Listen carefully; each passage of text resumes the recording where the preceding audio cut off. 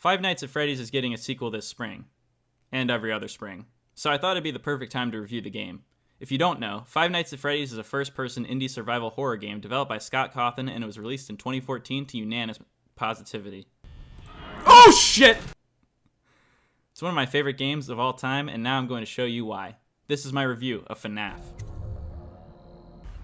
The story of this game is alright. You play as Mike Schmidt, the night guard to the pizzeria, and the pizzeria's animatronics, Freddy, Bonnie, Chica, Foxy, and Golden Freddy. In Night 4, however, the phone guy is killed, with Freddy taking the blame. This is where the story becomes formulaic, because it doesn't exist. For the majority of the game, this is how the plot progresses. Through nothing.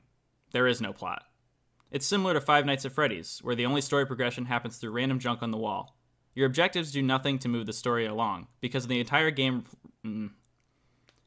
Your objectives do nothing to move along the story, because the game relies on a form of environmental storytelling, along with Phone Guy's exposition dumping. But hold on, there's more. The Phone Guy mentions the bite of 87, a mysterious incident where a mysterious figure's frontal lobe is presumably bitten off. This ruins the restaurant's reputation. Now for the ending.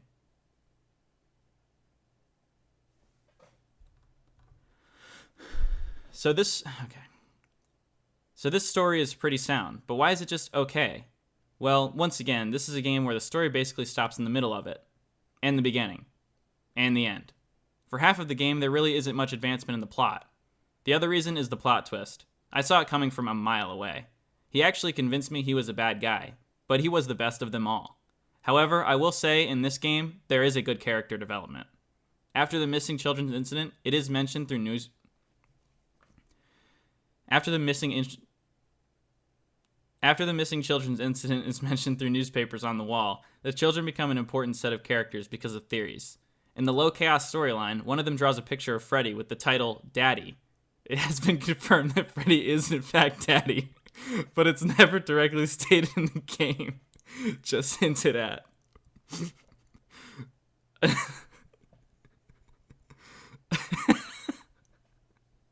Another good example is Samuel the Boatman. He's a quiet guy who goes along with the loyalists, but when the phone guy was betrayed, Samuel was able to save him. That's enough of the story. Let's get to the gameplay. Five Nights at Freddy's is a first-person indie survival horror game. It uses a two-handed combat system that is similar to BioShock. Unlike BioShock, though, is what goes in those hands. A light switch. You'd rather not use any of them because resource management is the main focus, and it is the best aspect of the game. Finding different ways around the restriction of not having legs, using your monitor and doors sparingly to save power, and checking up on Foxy, just because he gets lonely. These are all reasons why Dishonored is a great time.